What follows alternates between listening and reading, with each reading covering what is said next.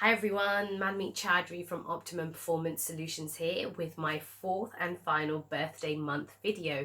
Don't worry, I will be making some more, but this is the end of the birthday series. So I hope that you enjoyed this one and I hope you've enjoyed the other three.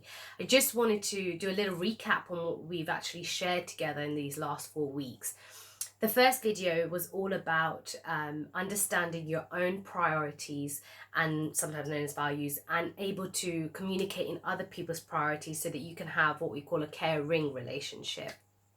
The second video was all about the universal law of nothing is missing, sometimes known as the law of transparency. So I shared that universal law that can be applied when we either lose somebody that is a loved one in terms of death, or losing a relationship, losing money, business, any perceived kind of losses. Video 3 was actually where I shared last week, which had the most traction, was to do with so-called affairs. Now, in that universal law, in that video, I shared a universal law that was kind of discreet, which I didn't really mention too much. But remember I said, anything you run away from, you run into. So anything you're trying to avoid, the more you're trying to control something not happening and somebody not doing something, the more the other side is going to come. That's actually a universal law called law of heuristic escalation.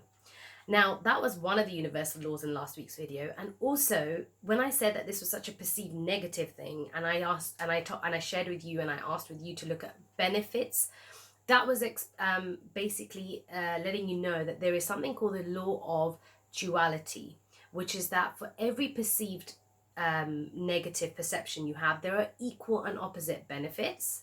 And every time you have an infatuation, there are equal and opposite downsides, so that there is nothing that is good or bad. It's just our thinking that makes it so, as William Shakespeare says. So it's about bringing it back into balance, which is the law of duality. Today, I'm going to share with you a universal law called the law of reflection and transparency. There was a German philosopher, Arthur Schopenhauer, and he said that we become ourselves to the degree we make everyone else and everything else ourselves.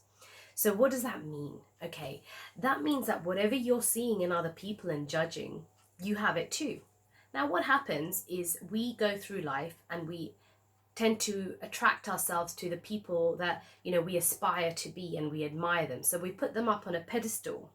And then we think of, like, for example, their intelligence, excuse me, we think of their intelligence and we think, you know what, I'm too humble to admit that I have that kind of intelligence. They're way more intelligent than me. And that's because you're kind of looking for the intelligence in the same form they have. So, for example, if somebody's, very intelligent in computers, you'll go, well, I'm not really intelligent in computers at all. So how can I own that I'm just as intelligent as them? Well, you look at the areas that you're intelligent in according to your highest priorities, because you will be displaying the very thing that you're admiring. You may just be too humble to admit it. I'll go into that a little bit more in detail in a moment. When we perceive something that we are judging in someone in terms of putting them down on a pedestal, we will basically resent them and we will avoid them. So we're not really attracted to them. And we will say, well, what they have, we're too proud to admit we have it. They lie and we never lie in this way. Or they lie, but my form's better because I lie for the betterment of people. It doesn't matter. Either way, you're trying to basically say that my form's better so that you don't put yourself on your own bad person list. When in essence, all behaviors that you are judging, whether they be something you admire or whether something you resent, you display them in your own unique form. So when we take something perceived negative like stinginess, we may say, well, yeah, okay, they're stingy with their money, but I give away my money freely, right? Or I treat my family, or I treat my friends out, but they never treat me, or they never pay for something for me, for example. But let's just take a look. Let's just say that person was a cook, okay, a chef. Well, they might be stingy with the recipes that they share. Or if they're a career person, they might be stingy with the time that they spend with family because they have a higher priority on business. So either way, we're stingy. So one of this universal law was so key that I hear people say, oh, what you see in others you have. And actually in the in the Sikh religion, of which I am, they say, there's a saying in our holy book, which is that nobody is bad and we are neither good, which is that everything you're seeing in other people, we have.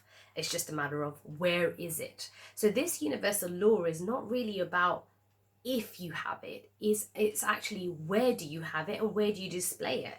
So how you would ask the question is, whatever I'm judging in this person to be either a positive or a negative, where and when have I perceived myself to display this very behavior in my own unique form? And who witnessed it? Because reflection is that I see it, I have it, and transparency is that your behavior is not invisible to other people. Other people are seeing it just as much as you are, because you may be under the illusion that, oh yeah, I do, but I do those things in secret. There are other people seeing it and perceiving it in you too. So I'd encourage you to do that. What I did with myself is the very thing from I talked about last week, the so-called affairs. Well, lying was a very high emotional negative charge for me. So that was like way down in the pit. And I just asked myself, well, where and when do I perceive myself to have lied to the same degree as this person that I'm judging it in?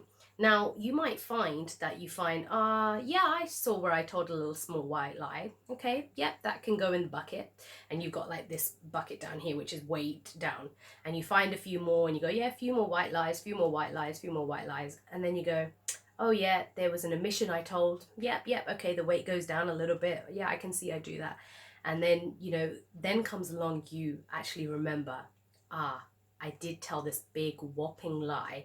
And suddenly what happens is the scales balance and you see that you are just as much of a liar as they are, but you've just been doing it in your own form.